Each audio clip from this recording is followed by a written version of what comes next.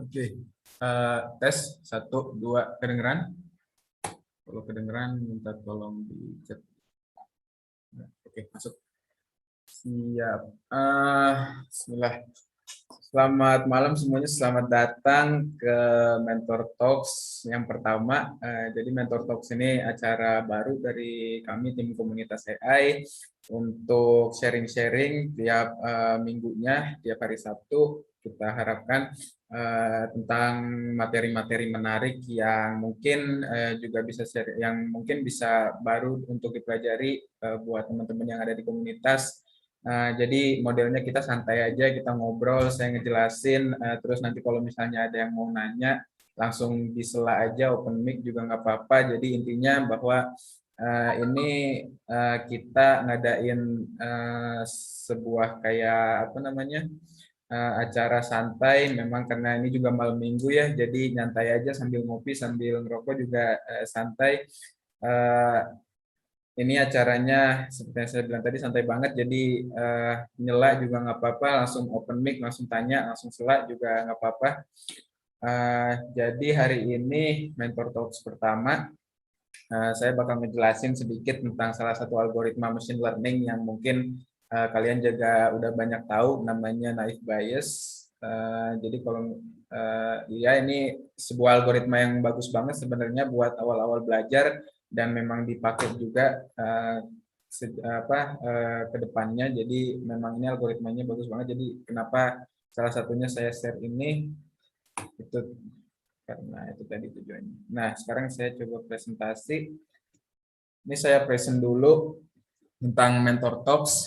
Nah, ngobrol topik santai tentang AI bareng mentor dan member di Telegram.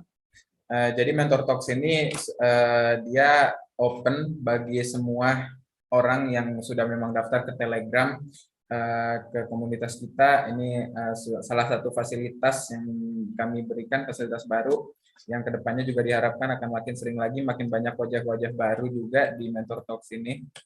Jadi pertama bakal saya bahas dulu tentang komunitas Indonesia AI, apa komunitas. Jadi tujuannya untuk kalian join juga salah satunya adalah bertumbuh bersama komunitas. Jadi kalian diajak bergabung, mari bergabung. Di sini tulisannya bersama ribuan lebih para pembelajar dan praktisi AI lainnya di komunitas Indonesia AI. Dan di mana kita adalah sebuah satu komunitas, we are community, di mana di sini kita berkomitmen untuk mengadakan program-program menarik dan free tanpa biaya yang juga akan membahas topik-topik yang cukup menarik di dunia AI, dunia machine learning, di dunia data science ataupun NLP dan apapun itu ke depannya. Bentar, maaf, saya silent dulu. Nanti ketinggalan banyak notifikasi, sorry. Di sini juga kalian bisa kayak sharing, kalian bisa kayak bikin kayak dari sini kalian bisa kenal orang, mungkin kalian punya ada kompetisi atau apapun, kalian mau cari tim juga kalian bisa lakuin di sini. Terus juga benefit-benefitnya dari kalian ikut join di komunitas ini, kalian yang pertama tadi saya bilang networking, kalian juga bisa berkenalan dengan para member lainnya ataupun para mentor lainnya, tanya-tanya apapun itu. Kolaborasi juga kalian bisa kayak misalnya tadi kayak contoh lomba, atau kalian misal ada project terus kalian mau cari orang, kalian tinggal share tentang kalian bahwa punya project ini, project itu, segala macam lah di komunitas, di grup Telegram. Jadi juga sebenarnya nyantai banget sih. Lalu juga troubleshooting, kalau misalnya dari kemarin sebenarnya udah sering banget kayak misalnya kalian ngoding terus nggak ketemu, terus error gitu misalnya ya, error terus kalian nggak ketemu apa namanya kayak solusinya misalnya di Stack Overflow atau misalnya apa tuh kayak Python script segala macam, kalian nggak ketemu solusinya terus kalian pingin coba nanya-nanya juga bisa di sini, insya Allah nanti juga kalau misalnya emang ada yang bisa bantu jawab, bakal bantu jawab. Terus kalau kalian juga misalnya bisa bantu jawab, juga jangan malu, jangan sungkan. Semua input, semua feedback juga diapresiasi. Nggak penting sebenarnya apakah emang itu salah atau benar hasil keluarnya. Akhirnya yang penting itu juga sebenarnya penting sih maksudnya. Tapi yang lebih penting adalah bahwa keaktifan kalian di komunitas ini, kalian berkenalan dengan orang lain, juga kalian bisa dapat teman-teman baru, kalian bisa di sini juga ada tulisannya inspiration, kalian bisa dapat inspirasi untuk belajar lebih lanjut tentang AI dan mungkin juga kalian juga bisa belajar lebih banyak lagi tentang AI sampai hingga pada fasenya kalian jadi kerja di bidang AI sendiri. Di sini juga inspiration. Kami percaya kalau kalian juga bergerak bersama, kalian juga bisa mendapatkan banyak inspirasi. Contohnya juga banyak orang-orang di sini yang memang jago-jago banget tentang AI ini, kayak misalnya Bang Angga dan yang lain-lain. Kalian juga bisa jadikan inspirasi bagaimana kok bisa akhirnya dari AI ini menjadi sebuah pekerjaan yang menghasilkan pendapatan yang memang cukup besar sih sebenarnya AI ini, karena juga lagi ngetrend segala macam. Jadi itu tadi benefit-benefitnya. Lalu ini tim pengurus AI-nya, komunitasnya. Jadi sejauh ini kami sudah dan cuma punya 6 orang di komunitas. Ini ada Bang Angga, Bang Fikri, Bang Angga sebagai lead dan Bang Fikri sebagai vice lead-nya. Lalu ada saya. Saya di sini sebagai mentor. Saya sharing-sharing. Saya juga sempat mungkin kalau pernah ketemu saya juga sempat jadi mentor di AI mentorship. Lalu juga ada Bang Iqbal. Bang Iqbal tuh lagi di Kairo sekarang, lagi di Mesir, Al Azhar. Lalu ada Awan dan ada Hari juga di sini. Ini tim core kami. Nanti juga kami kedepannya akan memperluas lagi, memperbesar lagi tim pengurusnya. Kami juga akan adakan kayak open recruitment pengurus untuk komunitas AI ini. Jadi stay tune aja. Kalian juga mungkin kalau misalnya kalian tertarik jadi pengurus, kalian belum pernah misalnya jadi kayak ikut komunitas AI atau komunitas apapun, kalian belum pernah misalnya kalau zaman sekolah itu OSIS kayak gitu, kalian juga belum pernah ikut, kalian bisa join di sini, kalian bisa daftar, nanti kita review dan mungkin kalian bisa masuk. Ini juga bisa bagus buat CV kalian kalau misalnya kalian mau daftar kerja, pengalaman hidup, atau nanti biasanya ada yang suka ditanya kayak misalnya apa yang sudah kalian lakukan ke komunitas kalian, ke sosial kalian, kalian juga bisa cantumin nama Indonesia AI dan kalian sebagai pengurus, itu juga bagus banget. Sebenarnya itu tadi ini materi kita, tapi sebelum kita masuk materi, saya mau perkenalkan dulu. Saya yang bagi belum perkenalan dulu bagi yang belum kenal. Nama saya Faris Zaudan Kodri, panggil aja Faris. Kalau atau misalnya Bang Faris, Kak Faris juga nggak apa-apa lah. Yang penting nggak usah manggil Pak. Masih terlalu muda saya untuk dipanggil Pak. Saya lagi berdomisili di Jerman. Sekarang lagi abitur. Abitur itu kayak fase sebelum kuliah. Fah itu kayak misalnya apa namanya ya, kayak spesialisasi saya itu sekarang saya ngambilnya matematika, terus Wirtschaft itu apa bahasa Indonesia? Wirtschaft itu kayak ekonomi gitulah, sama saya ngambil ya itu tadi jadi matematika dan ekonomi, jadi kayak ada statistik kayak gitu-gitu. Lalu saya di Jerman 2 tahun, saya belajar, saya ikut komunitas ini juga dari awal-awal banget itu. Kalau yang misalnya tahu waktu itu sebelum ada mentorship, sebenarnya ada kayak misalnya apa namanya itu kayak ada program-program seminar dulu, terus nanti muncul mentorship. Jadi dari awal banget sebenarnya berdiri Indonesia AI ini saya udah ikut ini. Itu sih dari saya. Mungkin ada yang mau ditanyain sebelum kita masuk ke materinya. Jadi santai aja, hari ini kita bakal ngobrol sih modelnya. Jadi kalau kalian mau buka open kamera juga santai aja, terserah sih. Jadi kita cuma ngobrol, saya jelasin ini. Kalau misalnya ada pertanyaan ya setelah aja nyantai lah. Begitu. Ada pertanyaan? Ini sebentar saya kecilin dulu. Nah, kalau nggak ada, saya coba lanjut deh ya. Saya lanjut deh. Jadi selamat datang.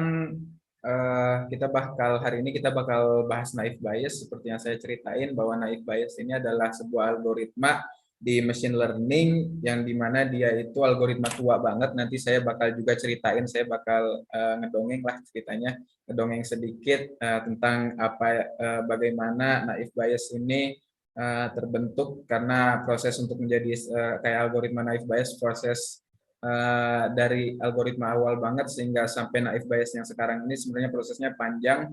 Lalu juga ada kayak misalnya bahwa naive bias ini sebenarnya itu algoritma lama banget, tapi baru-baru ini di tahun 2000-an populer karena juga kekuatan komputernya yang mulai memadai. Itu tadi. Jadi saya bakal cerita sedikit tentang naive Bayes.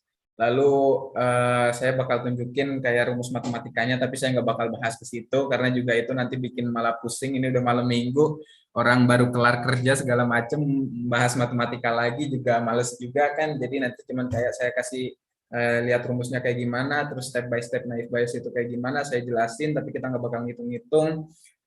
Di sini saya bakal cerita tadi juga tentang sejarahnya naive Bayes, lalu pros dan kontranya. Jadi apa bagusnya si naive Bayes ini, terus juga naive Bayes ini cocoknya dipakai kemana, study case-nya kayak kasus-kasus apa aja yang bisa dipakai buat naive Bayes. Lalu juga terus nanti apa aja sih kontribusi naive Bayes, algoritma naive Bayes yang cukup terkenal sejauh ini yang kita pakai sehari-hari, contohnya juga ada nanti. Terus juga kalau misalnya kita usahain juga, karena kita cuma punya waktu 1 jam, kita saya bakal kasih demo sedikit tentang naive Bayes, gimana cara pengaplikasiannya di Python, dan itu simple banget sebenarnya karena semua algoritma machine learning sekarang sudah simple banget cara mengaplikasiannya. Cuman cara triknya aja kayak gimana kalian bisa ngelakuin itu secara gampang, terus juga apa aja yang harus kalian perhatiin detailnya, saya kasih tahu nanti. Terus juga kalau misalnya kalian mau lihat sourcesnya saya cantumkan juga nanti, apa ada kayak codingannya juga. Itu kalau kalian misalnya mau codingan sampelnya kalian bisa ambil dari saya, atau misalnya kalian cari di internet juga sebenarnya udah banyak banget tentang naive Bayes. Itu tadi dari saya. Mari kita mulai. So, pertama, apa itu naive Bayes? Naive Bayes classifier adalah algoritma classification, probabilistic classification berdasarkan Bayes theorem secara naif. Ini ada maaf ada sedikit typo ini, secara naif. Jadi maksudnya adalah bahwa naive Bayes ini adalah klasifikasi, sebuah algoritma klasifikasi yang dia itu digunakan untuk mengklasifikasikan uh, data, di mana data ini sebelumnya punya data, misalnya kalian punya data kayak misalnya 3 orang gitu, atau misalnya di sini data dadu, misalnya kalian punya data 3 orang, di mana 3 tipe orang, maksudnya maaf, 3 tipe orang, di mana kalian mau ngeklasifikasiin bahwa orang ada tipe di mana tipe orang ini tuh say kayak misalnya orangnya cukup pendek, atau orangnya tingginya menengah, medium gitu ya, misalnya kayak 165, 170 gitu. Terus ada orang yang tinggi, yang tingginya itu kayak 180. Terus kalian mau ngeklasifikasiin bahwa nanti ada orang baru datang misalnya, terus kalian mau ngeklasifikasiin dari orang baru ini berdasarkan data yang ada, kalian mau ngeklasifikasiin bahwa orang ini tuh masuk ke tipe yang mana. Nah, itu kalian bisa pakai naive Bayes. Nah, naive Bayes sendiri dia termasuk ke probabilistic classification, yang artinya bahwa orang tadi ini dicari probability-nya, jadi persentasenya lah istilahnya gitu. Dia masuk ke grup yang mana. Kalau misalnya kayak tadi misalnya mungkin orang yang baru ini dia tingginya 170 meter atau apapun, terus nanti dia diklasifikasi misalnya dia masuk klasifikasi 1, orang tinggi, bahwa itu dia masuk misalnya 30%. Terus klasifikasi orang pendek jadi 30%, lalu juga klasifikasi orang yang tingginya menengah, medium gitu, dia ternyata 40%, maka nanti dimasukkan ke yang 40% tadi gitu. Nah, gitu, itu namanya probabilistik. Nah, ini bisa dilihat contohnya yang dadu gini. Misalnya probability-nya dadu itu, kita mau lihat probability nomor 1 muncul dari 6 biji dadu, ada kan ada 1 sampai 6. Di sini bisa kita lihat bahwa probability untuk muncul nomor 1 adalah 1/6, atau yang bisa dibilang ya sekitar 16%-an lah, 16-17% lah kalau mau dibulatin. Lalu berdasarkan Bayes theorem secara naif, itu maksudnya adalah semua variabel dianggap sama gitu. Misalnya jadi kayak misalnya jadi nggak ada kayak misalnya variabel yang memang dia tuh pengaruh besar atau variabel yang pengaruh kecil gitu.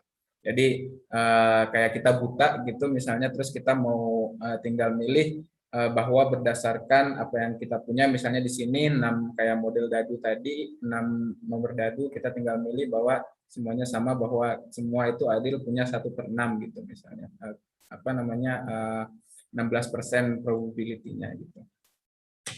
Nah, ini matematikanya tadi. Nah, gimana cara ngelakuin si bias ini, naif bias ini matematikanya kita nggak bakal bahas terlalu dalam karena tadi matematika ini cukup panjang kalau dibahas dalam.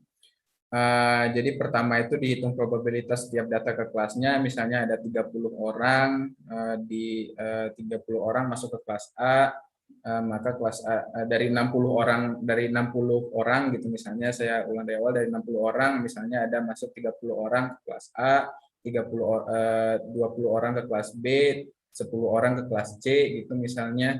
Terus nanti dihitung probability-nya bahwa 30 orang pertama ini, bahwa berarti kelas A itu dia memiliki probability sekian persen segala macam lah, itu matematikanya. Jadi intinya yang perlu kalian ketahui bahwa yang pertama dihitung adalah probabilitas data tersebut. Jadi data ini masuk ke kelas yang mana, dihitung dulu itu pertama. Terus nanti ketika data baru muncul, dari data baru itu berdasarkan data yang lama, data baru itu akan diklasifikasiin masuk ke model yang mana yang paling cocok.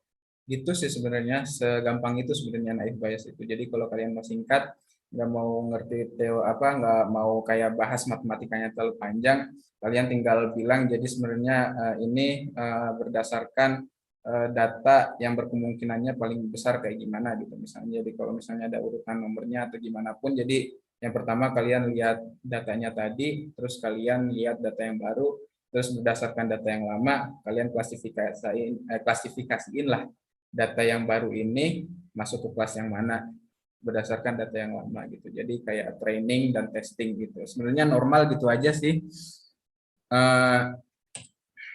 Lalu sejarahnya tadi sampai, kalau misalnya tadi belum ngerti yang tadi misalnya selalu ribet, saya itunya tinggal dipotong aja open mic. Kalau misalnya mau ditanyain open mic langsung say saya nggak ngerti kan, nanti saya coba ulangin. Lalu sejarah naif bias sendiri, bahwa teori ini tuh ditemukan pada tahun sekitar 1736. Jadi sebenarnya ini teori itu sudah hampir mau 3 abad teori ini ditemukannya. Jadi awal-awal teori ini tuh ditemukan oleh Thomas Bayes di dalam papernya dia. Jadi dia punya paper namanya An Essay Towards Solving a Problem in the Doctrine of Chances. Yang paper ini tuh belum dia kayak misalnya risetnya dia inilah, bukan paper, kita ambil saya riset. Jadi risetnya dia punya riset namanya itu tahun 1736. Itu awal-awal dari bias, dari naif bias itu ditemukannya tahun segitu. Nah, di risetnya ini dia ngitung, dia coba bikin kayak klasifikasi, algoritma klasifikasi kayak tadi segala macem. Jadi dia ya intinya dia mencoba mencari penemuan algoritma baru namanya naif bias di dalam papernya itu. Ini papernya kalau misalnya ada yang mau baca, ini paper lama banget, jadi bahasa Inggrisnya juga bahasa Inggris jadul. Itu namanya Essay Towards Solving a Problem in the Doctrine of Chances itu tadi. Lalu jadi awalnya itu 1736 ya, jadi dia nemuinya pada dia umur 30 tahunan. Lalu ketika dia meninggal, si paper ini sebenarnya si riset ini dia nggak pernah kayak keluarin gitu kali ya. Dia nggak pernah kayak misalnya kayak upload gitu, atau misalnya kali dia bikin jadi kayak apa namanya, jadi bisa worldwide, jadi bisa open. Jadi sebenarnya itu riset dia pribadi. Terus sama temennya si Richard Price ini, setelah Bang Bayes ini meninggal, sama si Richard ini dia upload si riset temennya tadi ke publik. Dan dari teorinya dia, dari algoritmanya dia ini keluar banyak kayak misalnya sensasi gitu ya. Jadi dia teori yang menarik, jadi banyak riset segala macam tentang teori ini dikembangkan. Lalu ya itu tadi, jadi sebenarnya teori ini tuh udah tua banget, dan bahkan sebelum saya lahir, sebelum kalian lahir juga teori ini udah ada. Tapi kenapa teori-teori ini itu baru sekarang munculnya, ya karena komputernya baru kuat sekarang buat ngitungin nggak satu-satu gitu. Misalnya kalian punya 1000 data, kan males juga ngitungin satu-satu probability dari datanya itu. Dimana per data itu misalnya 1000 poin di data, kalian per 1 poin gitu, kalian misalnya butuh 5 menit buat ngitung kalkulasi matematikanya, itu kan berarti jadi 5.000 menit, jadi berapa puluh jam itu. Nah, setelah diupload sama Richard Price ini menuai banyak tadi kayak misalnya sensasi gitulah ya. Jadi banyak orang yang tertarik dengan ini, banyak riset, banyak universitas, banyak ngadain riset segala macam tentang teori yang diciptakan oleh Bayes tadi itu, yang sebenarnya nggak diupload, terus diupload sama Richard Price ini ketika Bayesnya udah meninggal. Terus setelah berangsur-angsur, waktu berjalan, terus ada orang baru namanya Pierre Simon Laplace ini, dia memperbaiki teorinya dan kayak misalnya dia mendalami teorinya, memperfekkan teorinya gitulah. Intinya di mana teori ini tuh jadi akhirnya seperti naive Bayes yang kita kenal sekarang gitu. Jadi kenapa saya sharing ini? Tujuannya adalah bahwa sebenarnya di luar sana itu banyak banget teori-teori kayak rumus matematika yang dia tuh memang udah tua banget, jadul banget, tapi baru bisa kepakainya sekarang karena memang teknologinya baru memadainya itu sekarang, komputer, GPU, CPU segala macam, cloud computing segala macam itu baru adanya sekarang. Jadi teori-teori ini tuh baru kepakainya sekarang. Jadi ketika kalian pikir bahwa AI ini sebenarnya baru banget teorinya, algoritmanya sekarang baru tercipta tahun 2000-an, sebenarnya iya dan enggak sih. Jadi teorinya udah tua banget sebenarnya, tapi baru bisa dipakai sekarang, baru bisa dikembangkan sekarang karena komputernya juga baru bisa sekarang. Jadi ya itu tadi in the middle. Jadi ini buat pengetahuan baru aja kalian. Jadi kalau misalnya kalian punya riset, kalian punya project, terus kalian kayak misalnya mau ngembangin teori lama yang dia tuh bisa dikembangin gitu, sebenarnya itu juga menarik buat jadi riset solution segala macam. Itu tadi sejarah sedikit tentang sejarah si naive Bayes ini. Lalu studi kasus, jadi naive Bayes ini digunakannya buat apa sih? Naive Bayes ini kebanyakan dari awal abad ini banyak digunakan dan termasuk sangat populer sekali, di mana dan juga ringan ya sebenarnya. Jadi naive Bayes ini ringan banget, dia populer dan dia hasilnya juga bagus. Jadi banyak dipakai misalnya kayak spam email itu juga dulu sampai sekarang sebenarnya masih pakai naive Bayes. Lalu kayak misalnya kayak quality classification, kalian mau jual barang gitu misalnya, terus kalian punya algoritma yang menentukan kualitas barang kalian ini, apakah barang ini second atau barang ini apa, tergantung kualitasnya, itu juga pakai naive Bayes. Lalu naive Bayes ini juga dipakai model comparison, jadi ketika kalian kayak ngedeploy, kalian ingin punya model gitu, kalian ingin buat robot buat klasifikasi, terus itu kan pasti kalian nggak cuma pakai satu model doang, jadi kalian kayak nge-compare beberapa model dan most case kebanyakan waktu gitu si naive Bayes ini pasti digunakan karena tadi itu dia ringan, dia cepat, dia hasilnya bagus, dia gampang diimplementasiinnya, dan ya sebenarnya naive Bayes ini bagus banget. Jadi ketika kalian bikin model comparison tadi, naive Bayes most likely bakal selalu di-include gitu ya. Nah, lalu juga naive Bayes juga digunakan ke model-model klasifikasi yang dimana variabelnya itu dengan variabel independen, maksudnya jadi tidak ada keterkaitan antara variabel satu dengan variabel yang lain gitu. Jadi misalnya karena namanya naive Bayes, dia mengklasifikasikan juga naif. Jadi kayak semua klasifikasi, semua variabel itu dihitung rata sama dia. Jadi kayak misalnya saya punya variabel A, B, C sama D gitu misalnya, terus dalam real life case-nya bahwa si variabel ini tuh dia berkaitan satu sama lain, misalnya variabel A berpengaruh kepada hasil dari variabel D gitu. Tapi sama si naive Bayes ini dia dipukul rata, jadi A, B, C, D dia sama tingkatnya, lalu baru diklasifikasiin itu tadi. Lalu ada sebelum kita masuk kayak ke materinya, lalu sebelum kita masuk kayak ke demonya, ke demo buat ininya naive Bayes di Python-nya, saya bakal kayak ngasih ini pro dan kontranya. Jadi pro-nya itu bahwa banyak banget ya, bisa dilihat di sini implementasinya simple. Saya bakal tunjukin sesimpel apa sih mengimplementasiin naib bias ini. Lalu cepat keluar hasil, maksudnya itu jadi dia nggak berat gitu. Dia tuh nggak kayak misalnya kayak deep learning gitu, nggak kayak model-model deep learning yang dimana model-model ini tuh membutuhkan waktu yang lama untuk diproses, untuk memproses data, untuk menghasilkan sebuah output atau membuat si modelnya ini ready, itu tidak diperlukan waktu yang lama. Jadi sebenarnya kalian tinggal klik, walaupun datanya banyak, kalian hampir langsung kayak misalnya nunggu 1 detik 2 detik itu langsung keluar hasilnya. Nggak kayak misalnya nunggu semalam dulu karena modelnya harus belajar ini, modelnya harus belajar itu, enggak.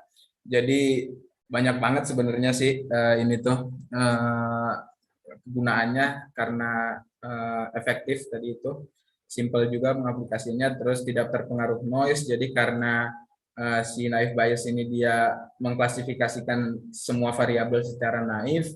Jadi kayak semua variabel itu sama, jadi tidak ada kayak misalnya variabel yang dia tuh lebih berpengaruh dan tidak ada yang variabel yang kurang berpengaruh. Jadi semua variabel itu disamain semua.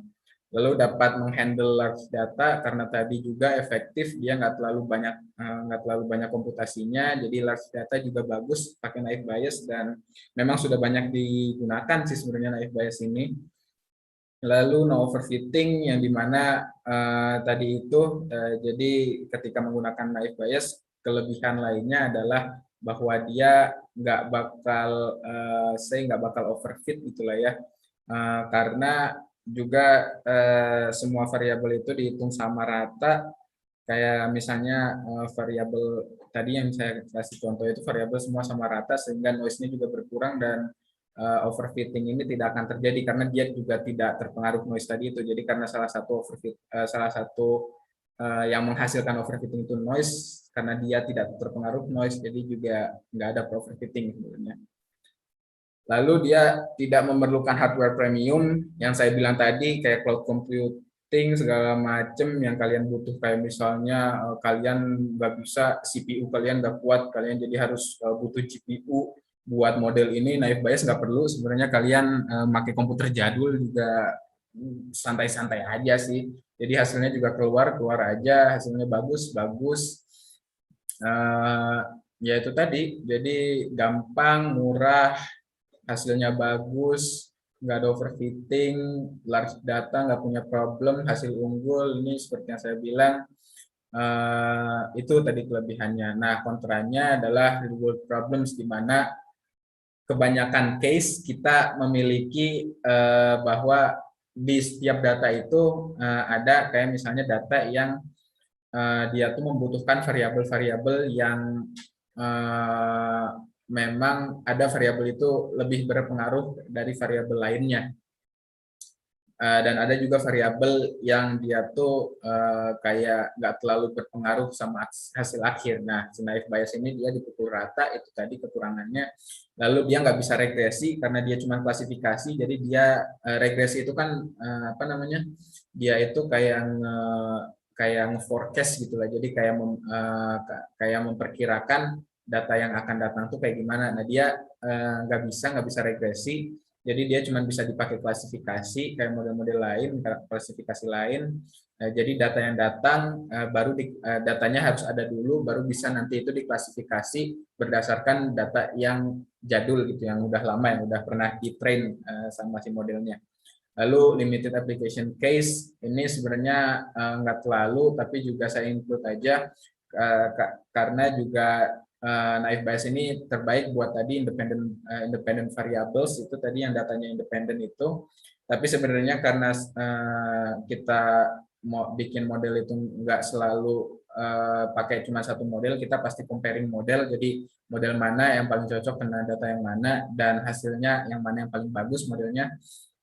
Jadi sebenarnya naive Bayes ini dia bisa hampir semua klasifikasi bisa dilakuin sebagai sebuah model yang dipakai buat nge-compare sama yang lain gitu. Misalnya siapa tahu kalau misalnya kita klasifikasinya secara naif, kita sama ratain semua, hasilnya lebih bagus gitu, persentase akurasinya misalnya dari 85% jadi naik ke 90% pakai naive bias, ya why not gitu. Nah itu tadi.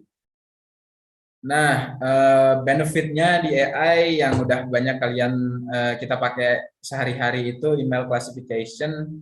Contohnya jadi kayak ngeklasifikasi email ini spam atau bukan spam, terus juga mengklasifikasi email ini itu kan biasanya ada kalau misalnya di Gmail itu apa namanya? Kayak sebentar. Jadi kayak apakah email ini termasuk advertisement, apakah email ini termasuk sosial, ataukah topik-topik emailnya, apakah email ini termasuk tentang ke politik atau masuk kemana. Terus juga ada kayak tipe email yang dia cuma promotions. Kalau di Gmail itu kan ada kayak misalnya primary, social, sama promotions. Itu kan beda-beda, itu juga bisa diklasifikasiin pakai naive bias, terus juga topik-topik email, uh, tahu di mana email ini tuh bisa juga kayak ngasih tahu di mana email ini tuh sebenarnya dia email apa sih, email kayak ad gitu misalnya, kayak orang kasih advertisement atau kayak emang ini email dari orang asli, itu pakai naive bias. Lalu juga sentimen analisis yang kayak misalnya kayak ngelihat sentimen gitu, apakah dari sebuah teks dilihat apakah si teks ini itu uh, jadinya kejelek, sentimennya apakah dia negatif atau positif, itu juga pakai naive bias karena semuanya dipukul rata juga variabel-variabelnya. Itu tadi benefit-benefitnya. Lalu ini ya kayak sources-sourcesnya lah, misalnya kalian mau tahu kayak misalnya Thomas Bayes, saya dapatnya dari mana, terus esainya dapatnya bisa dari mana, terus jadi gift-giftnya segala macam, itu kalian bisa lihat sendiri. Ini ada sourcesnya. Itu tadi sebenarnya dari saya. Nah ini kayak misalnya foto-foto ini saya dapatnya dari mana, dari sourcesnya ini saya include. Itu tadi dari saya sebenarnya. Yang penting kalian tahu ini sih sama tadi itu. Jadi bahwa naive bias ini dia klasifikasi yang mengklasifikasikan sebuah data secara naif. Jadi semua variabel dihitung sama rata gitu.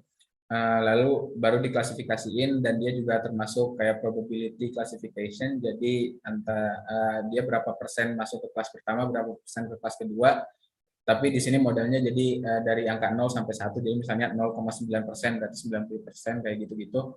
Lalu ini pros and cons-nya, jadi pro dan kontranya, kenapa kalian pakai naive bias, kenapa kalian enggak. Terus tadi ada study case-nya, itu tadi penjelasannya. Jadi sebenarnya naive bias ini bagus banget algoritmanya, salah satu the best algoritma yang bisa kalian temukan di machine learning kalau kalian membahas tentang klasifikasi. Kan di machine learning itu ada misalnya classification, terus regression, terus ada kayak misalnya forecasting yang kayak dia time series atau juga clustering. Nah, dia naive bias ini dia bagus banget buat classification. Jadi emang dia modelnya classification dan dia unggul di classification gitu. Nah, sejauh ini ada yang mau ditanyain nggak? Kalau misal itu dulu deh. Jadi kalian bakal lihat bahwa ini tuh simpel banget sebenarnya buat apa, ngelakuin naive bias ini, pakai model naive bias ini. Apalagi yang udah pernah kayak belajar machine learning itu juga tahu harusnya apa bahwa itu bagus banget. Nah, dan nggak banyak variabel yang perlu kalian masukin, jadi kayak nggak ada, kalian nggak perlu masukin alpha atau kalian nggak perlu masukin gamma kayak gitu-gitu, enggak. Jadi simple sebenarnya. Ada yang ditanyain sejauh ini?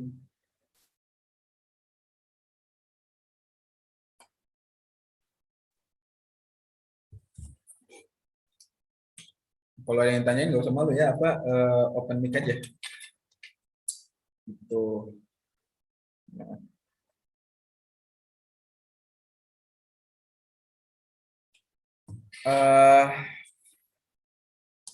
Kalau misalnya kalian kalau misalnya nggak ada yang ditanyain, kita bisa langsung masuk aja misalnya kayak ke sini nih, ke naive biasnya.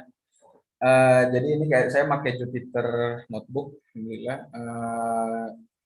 Ya kalian tahu lah Jupyter Notebook, dia banyak dipakai buat data science.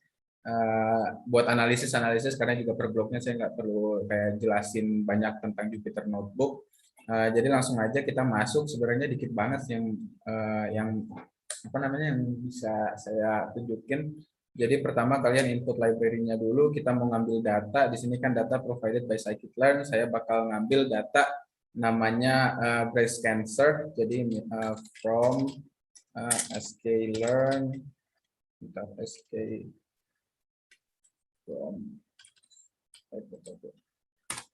from sklearn dot datasets import load underscore breast underscore cancer gitu ya. Ini terus biar langsung aja saya namain di sini data underscore loaded sama dengan load ini tadi breast cancer ini load underscore breast underscore cancer ini. Jadi datanya itu saya load dulu. Nah, udah langsung kita kayak klasifikasiin X-nya. Sebentar masukin dulu. Jadi langsung kita langsung kita spesifikasiin bahwa X ini sebagai data underscore loaded variabel-variabelnya. Jadi datanya, variabel-variabelnya, lalu juga Y-nya adalah sebagai targetnya gitu. Jadi hasilnya, jadi data X-nya itu dia variabel-variabel yang akan dicarinya apa aja variabelnya segala macam, lalu Y-nya itu adalah hasilnya. Jadi mau melakukan apakah dia positif punya cancer breast cancer ini ataukah dia negatif kalau dia nggak punya breast cancer ini. Lalu tinggal kita load aja data underscore loaded dot target. Nah, gini aja. Itu langsung kita run function. Bentar.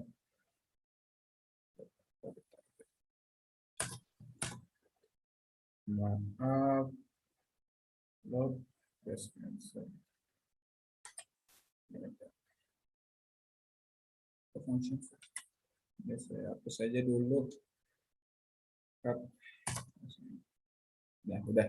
Jadi data loaded data langsung jadi di load. Tadi ada itu sedikit.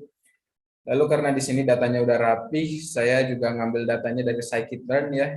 Jadi sebenarnya nggak perlu ada apa kayak misalnya kayak cleaning data, outlier segala macam nggak perlu.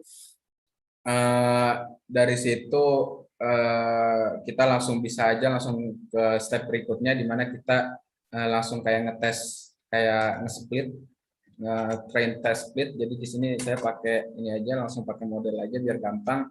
Jadi x underscore train, jadi ininya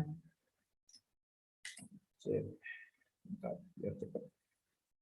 Oke, di sini test size-nya saya pakai 0,2, maksudnya adalah 80-20. Jadi 0,2 itu 80% data training, 20% data testing. Ini juga sebenarnya bisa kita ganti jadi 0,3 jadi 70-80 70-30. Di sini saya nyoba pakai apa namanya 80-20% aja dulu. Jadi 80%-nya itu sebagai training buat modelnya dan 20%-nya buat testing. Jadi kita nggak perlu banyak-banyak juga testingnya.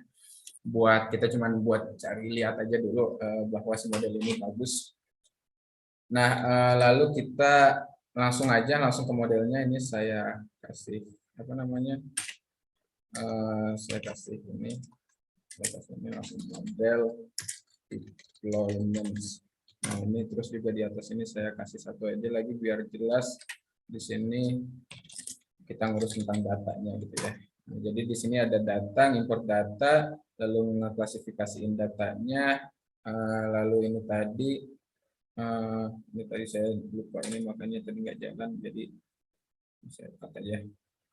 Ada sedikit typo, maaf. Datanya tadi jadi di load datanya terus dibagi datanya bahwa ini X itu dia datanya sebenarnya saya tadi jelasin, jadi variabel-variabelnya, lalu sini targetnya, di sini splittingnya, lalu model deployment. Jadi biasain per apa namanya per kayak misalnya per tempat, per bagian gitu kalian pisahin, jadi kalian juga bisa ngelihatnya nyantai gitu, bisa paham kode ini tuh tentang apa, ini tuh tentang apa dan lain-lain. Lalu di sini langsung aja saya import dulu. Terus kita harus panggil kelasnya dulu. Jadi di sini naive Bayes sama dengan Gaussian MB tadi yang ini tadi.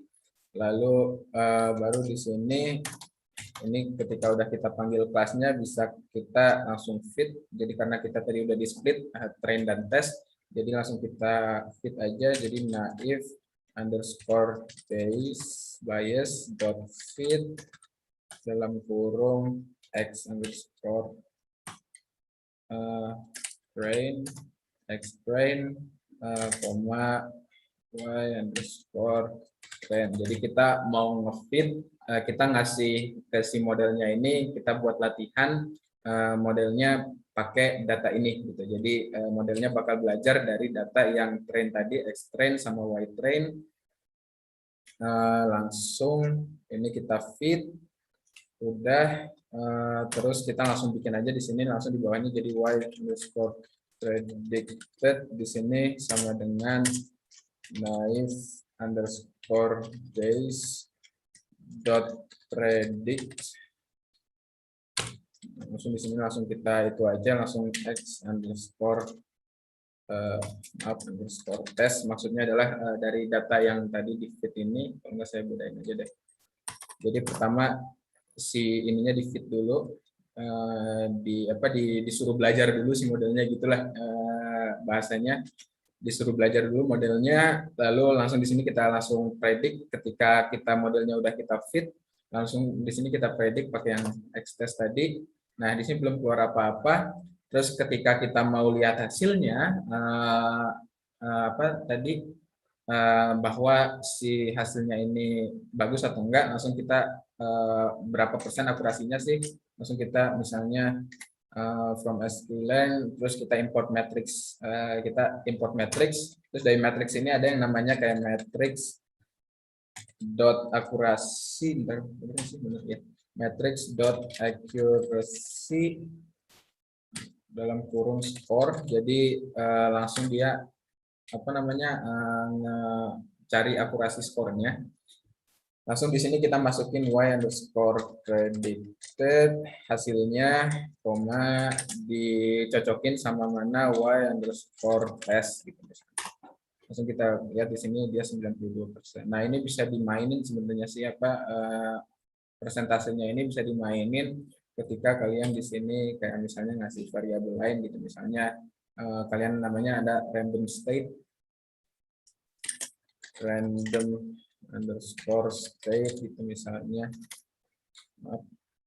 state sama dengan 20 gitu misalnya, terus kalian ganti.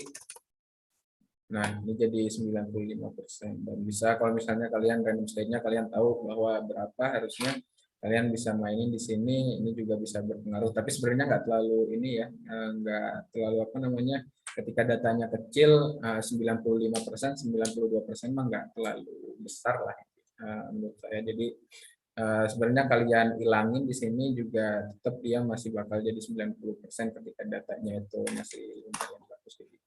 Cuma pembahasan lain lah ini kalau misalnya tentang random state itu kalian bisa coba baca-baca di situ tentang tentang train test splitting. Nah, bisa kalian lihat sendiri itu nanti, tapi di sini intinya bahwa saya kasih di sini caranya, ini model evaluation ini udah beda lagi. Jadi ketika kalian ingin deploy sebuah model yang namanya adalah naive Bayes, yang kalian butuhin sebenarnya ini doang sih. Jadi 3 ini tadi, 4 nih, maaf 4 ya, ini mah hitung lah. Jadi 4 sel ini tadi. Jadi di mana kalian import si modelnya, terus kalian define si modelnya, terus kalian tinggal ngambil kelasnya aja. Nah di sini kalian tinggal feed, jadi extrain data buat trainingnya. Terus dari data training itu, setelah kalian udah punya data training, kalian tinggal masukin value yang kalian mau predict bahwa value ini mau dimasukin ke mau diklasifikasiin. Jadi kalian bisa punya value baru, kalian mau masukin tinggal dimasukin gitu. Udah deh, jadi di sini 90% dan di atas 90% misalnya kayak 91 atau 95 tadi itu sebenarnya udah bagus banget.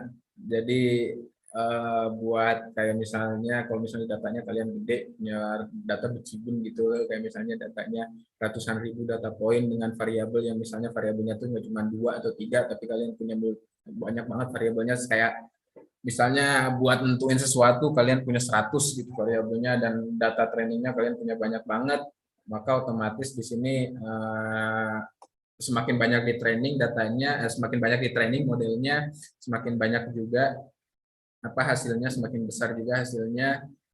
Dan itu sih, jadi sebenarnya segampang ini. Nah, biasanya yang susah itu ketika kalian punya data kayak datanya tuh kayak rada jelek gitulah, datanya tuh kayak misalnya kalian data ngambil dari lapangan langsung dan datanya tuh kayak nggak distandarisasi dulu, nggak di cleaning dulu, kalian masukin, kalian bakal justru habis banyak waktu itu bukan di model deployment-nya, tapi justru malah datanya. Jadi kayak misalnya kalian harus cleaning dulu data lah, kalian harus isi dulu datanya, kalau misalnya datanya ada yang kayak misalnya missing value segala macam lah. Lalu data itu misalnya kalian datanya ada yang korup lah, ada yang misalnya ada yang kayaknya apa namanya, kayak misalnya ada outlier, misalnya terlalu besar datanya terlalu kecil, walaupun nggak terlalu pengaruh sama si model ini, naive Bayes ini, tapi intinya bahwa most of the time ketika kalian bikin sebuah model yang modelnya itu model-model kayak naive Bayes dan model-model simple yang hasilnya bagus, nggak kayak model kayak apa, nggak kayak model kayak deep learning gitu, kalian bakal habis banyak waktu itu di ngurus datanya dulu. Jadi ngebersihin datanya, lalu kalian bikin modelnya. Jadi modelnya yang gampang sih, nggak nyampe 5 menit tadi kita ngebahas modelnya, jadi tinggal ini udah kelar. Gitu. Sebenarnya saya juga punya banyak model-model lain yang kalian kalau misalnya kalian mau cari itu. Saya di sini kalian bisa lihat kayak GitHub saya. Saya punya satu repository namanya ML Code from Faris dari saya gitu. Kalian bisa lihat di sini misalnya classification gitu, terus juga di sini kayak ada clustering, regression sama time series analysis. Misalnya di sini kalian mau lihat regression, kalian bisa lihat di sini apa aja yang udah saya kerjain yang kalian bisa ambil. Classification kayak misalnya tadi naive Bayes atau ada random forest, logistic regression, kalian juga bisa ambil. Kalian tinggal ambil gitu misalnya ini, terus loading bentar. Nah, di sini saya sudah bikin juga, jadi ini apanya, ini kapannya, ini namanya, terus ini juga kalian kalau misalnya mau baca kayak KNN, metodenya kayak gimana, terus source-nya ini saya kodenya dari mana, terus ini juga kalian bisa lihat bahwa ini udah kesusun rapi, jadi kalau kalian mau belajar, di sini saya bisa saranin, kalian bisa kalian bisa tinggal ngambil GitHub saya, di sini librariesnya, datanya, terus step by step-nya, terus ada segala macam lah intinya, dan dia udah kayak dibagi-bagi gini, jadi kalian udah gampang belajarnya. Itu tadi, kalau kalian tertarik, kalian bisa buka di sini GitHub, ini GitHub saya, Bang Faris Deki ini. Nah, terus kalian di sini bisa tinggal masuk repositories, terus kalian tinggal buka ini. Nah, itu juga nanti seiring berjalan waktu bakal saya update juga, kayak misalnya kalau misalnya nanti saya kasih juga kayak misalnya saya baru kemarin selesai apa namanya kayak internship itu, saya punya model namanya apa ya namanya ya, C-means, bukan kayak K-means gitu, tapi kayak misalnya kalian tahu lihat kayak ya fancy lah, jadi kayak fancy algorithm yang dimana dia tuh kayak nggak terlalu basic algorithm. Nanti juga saya masukin di sini algoritmanya, kalian bisa cari-cari. Di sini udah hampir yang kalian perluin, hampir semuanya udah ada, misalnya kayak gaming segala macam sudah tersedia, jadi kalian tinggal ambil gitu. Nah, itu dari saya sejauh ini. Ada yang mau ditanyain berdasarkan apa yang saya jelaskan tadi? Ini juga nanti kalau misalnya mau kalian bisa ambil, atau misalnya kalian juga bisa ambil langsung di sini juga ada sih sebenarnya. Jadi ML Code from Faris, lalu classification, lalu di sini ada naive Bayes gitu. Ini kalian tinggal ambil, atau kalian mau misalnya download semuanya, kalian tinggal code di sini download zip, langsung nanti ke download semua. Udah sih. segampang itu sebenarnya. Jadi stay tune aja dengan mentorship, bukan mentorship, apa namanya, AI Talks yang akan datang. Atau kalian juga mau daftar misalnya open recruitment, kita juga bakal open recruitment, silakan. Saya senang banget kalau misalnya saya bisa ketemu wajah-wajah baru. Itu dari saya tadi. Sejauh ini apakah ada yang mau ditanyain? Langsung buka mic aja ya, langsung open mic aja, nggak perlu itu.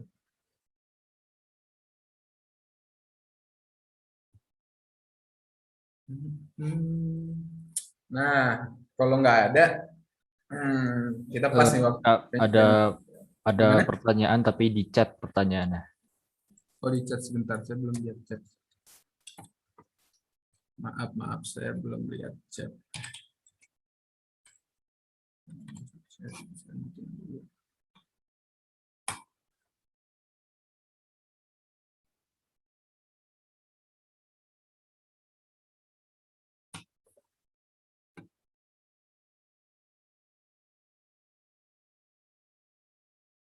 Oke, maaf, sebenarnya ada pertanyaan tadi ya. Oke, saya nggak terlalu perhatiin. Bentuk isi data yang diolahnya seperti apa ya? Maksudnya bentuk isi data yang diolahnya seperti apa? Itu maksudnya data yang saya pakai sekarang atau gimana?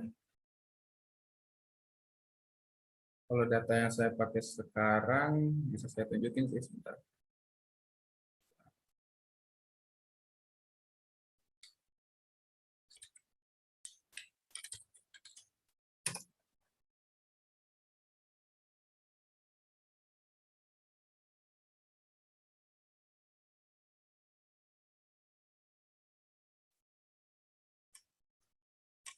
Hmm,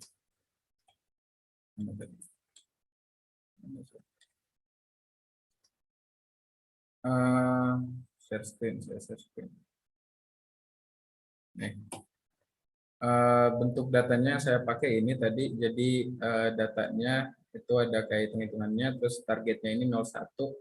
Ini bentuknya NumPy array, jadi sebenarnya kayak gini bentuknya. Jadi, tapi saya tunjukin aja. Jadi datanya namanya apa tadi? Breast cancer. Ini tinggal bisa saya tunjukin aja, yang nggak usah saya kayak bikin kepandas lagi segala macam. Nih, breast cancer data kit gitu misalnya ya. Di sini. Nah, di sini bisa kalian lihat bahwa datanya ada penjelasannya sendiri. Datanya di sini. Bentar. Mana ini? Breast cancer. Nah, data target names. Jadi ada data, data bahwa breast cancernya ini adalah malignan atau benign, tergantung dari datanya kayak size segala macamnya. Di sini bisa kalian lihat sebentar.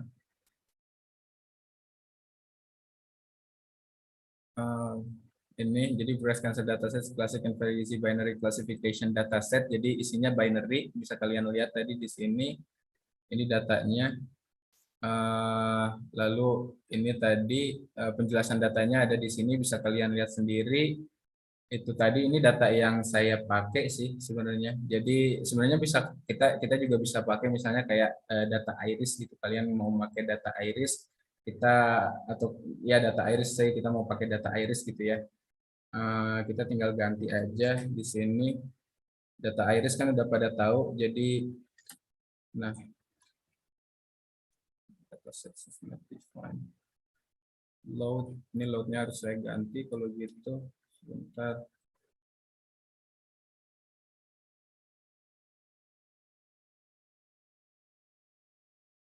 Ini saya ganti aja from sklearns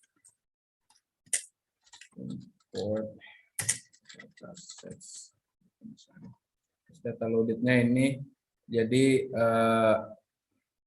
misalnya kalian mau pakai data iris gitu. Jadi data iris itu kan untuk mengklasifikasi data di mana data ini tentang bunga irisnya masuk ke jenis yang mana. Kalian bisa lihat juga sebenarnya data iris ini juga ada di Wikipedia. Iris dataset, ini data lama juga, jadi datanya udah bagus. iris flower dataset nih misalnya. Jadi menentukan sebuah bunga iris. Jadi ada 4 tipe bunga iris. Terus kalian dari misalnya dari di sini kalian bisa lihat kayak parameter-parameternya yang digunakan. Jadi kayak setosa, versicolor, virginicanya. Ini itu datanya. Terus kalian ini saya ambil datanya. Ini bentuknya juga sama. Jadi array, numpy and array bisa dilihat. Jadi nomor semua isinya. Nah ini features name-nya sepal length, sepal width, petal width ini. Terus juga kalau kalian misalnya mau pakai yang tadi, atau kita lanjutin aja dulu deh. Ini misalnya kita tinggal kayak enter aja. Nah ini modelnya. Terus biasanya kalian bisa masukin kayak di sini kayak random apa tadi itu namanya random random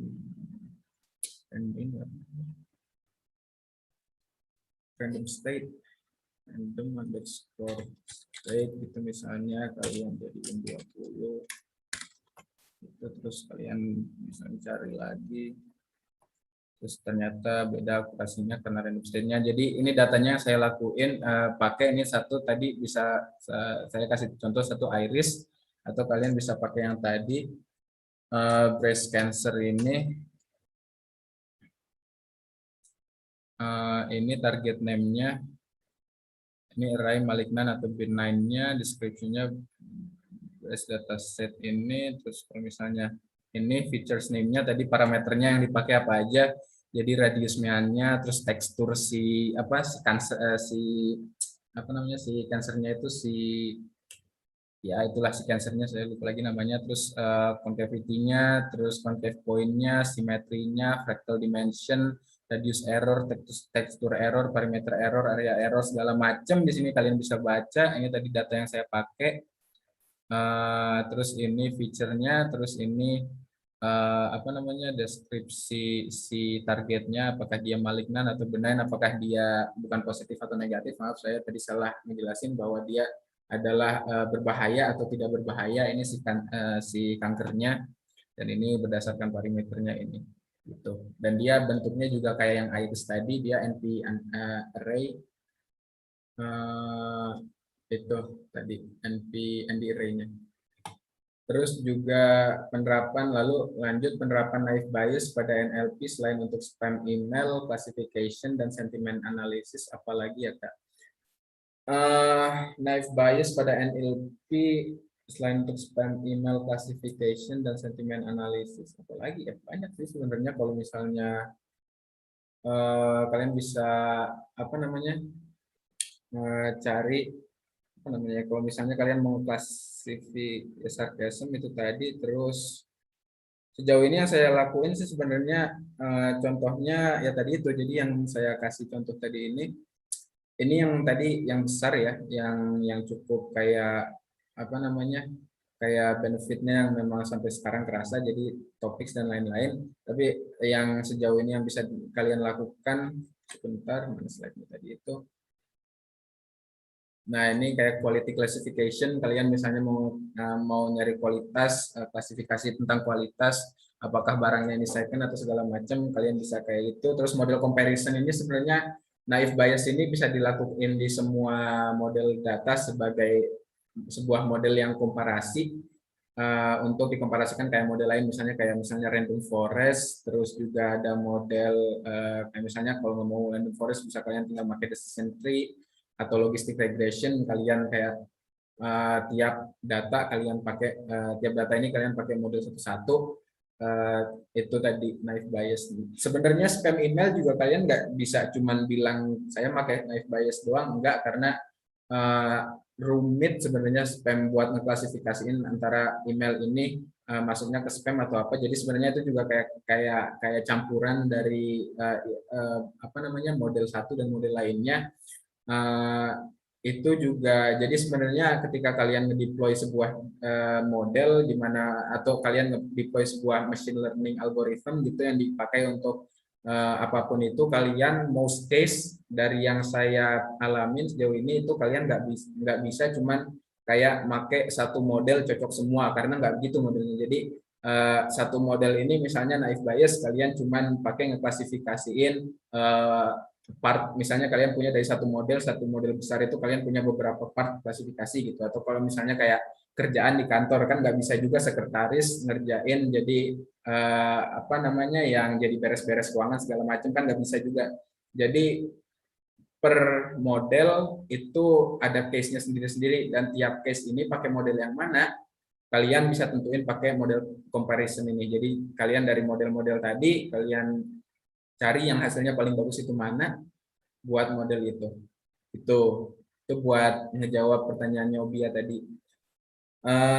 Lalu izin Mas, boleh tahu referensi apa yang Mas gunakan pada materi naif bias? Referensinya di sini saya udah tunjukin sebentar, classification.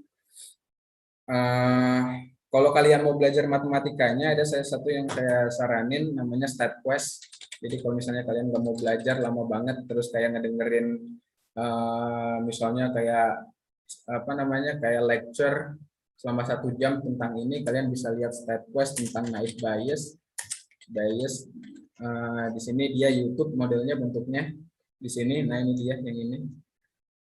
Nah ini naif bias clearly explained oleh StatQuest, itu kalian bisa belajar di situ. Terus juga ada model-model lainnya kayak Gaussian naif bias dan segala macam. Itu referensi kalau saya buat belajar matematikanya salah satu. Sekali lain juga saya pakai Wikipedia di sini. Sebentar saya bukain deh. Naif bias classifier di sini. Nah di sini saya metodenya.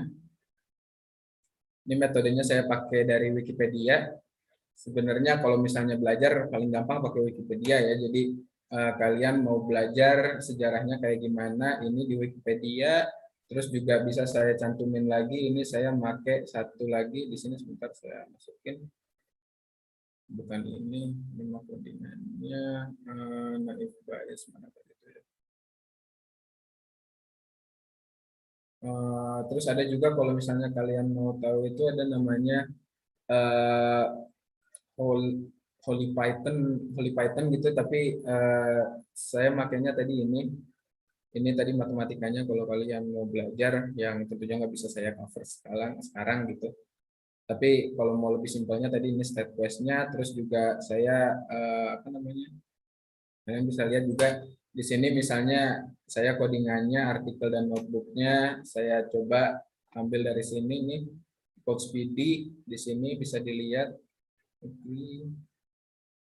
Nah, di sini juga dijelasin segala macam different type of naive bias. Jadi kayak ada Gaussian, multinomial, terus ada Bernoulli, segala macam. Karena yang riset tadi seperti saya jelaskan itu panjang, naive bias itu mulai dari awal 1700-an sampai sekarang dipakai. Tapi baru populer sekarang ini karena ya tadi komputernya itu. Ini juga kalian bisa baca atau naive biasnya segala macamnya, persentasenya. Misalnya 3/5, terus ini 2/5, kayak gimana pun, apapun itu, ini bisa kalian lihat. Terus di sini juga ada kayak codingannya yang step by step-nya. Di sini, ini dia tadi, mana tadi itu ya. Wah, saya tutup. Tadi di GitHub saya. Itu tadi.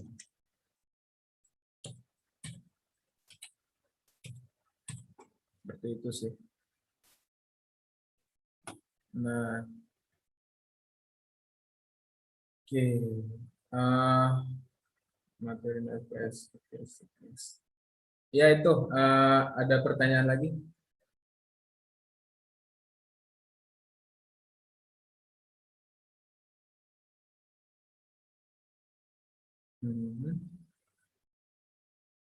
Referensi. Siap, sama-sama. Nah, jadi kalian juga bisa lihat referensinya di itu saya ini deh, saya apa? Saya kasih di chat aja deh kalau misalnya kalian mau. Ini saya kirim di chat. Ininya saya apa, GitHub-nya saya, kalau kalian mau kalian bisa di situ. Saya juga nanti ya bisa kalian baca-baca lagi situ. GitHub-nya juga baru. Ya, siap. Sama-sama. Itu dari saya. Kalau misalnya apa namanya, kalau misalnya nggak ada yang mau ditanyain lagi, ini saya apa namanya saya tutup aja penjelasan saya, materi saya hari ini. Makasih banyak yang udah mau datang. Semoga juga bisa belajar lebih lanjut. Terus juga referensinya apa? Referensinya ada tadi itu di kitab saya bisa kalian lihat kalau misalnya kalian emang mau cari kayak algoritma-algoritma lainnya. Dan itu tadi sih dari saya. Makasih banyak. Saya pamit undur diri. Silakan apa namanya menikmati akhir pekan kalian. Gitu. Nah, itu dari saya. Silakan kalian udah bisa leave meeting kalau kalian mau.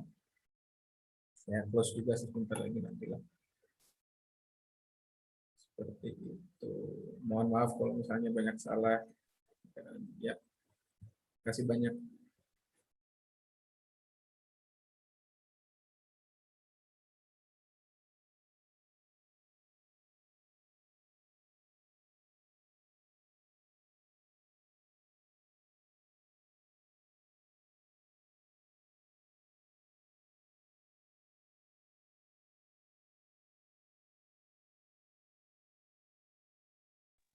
BTW saya pamit ya. Saya pamit juga. Masih ada yang di ini. Sampai ketemu. Dadah. Terima kasih banyak Kak Faris. Siap, Kak.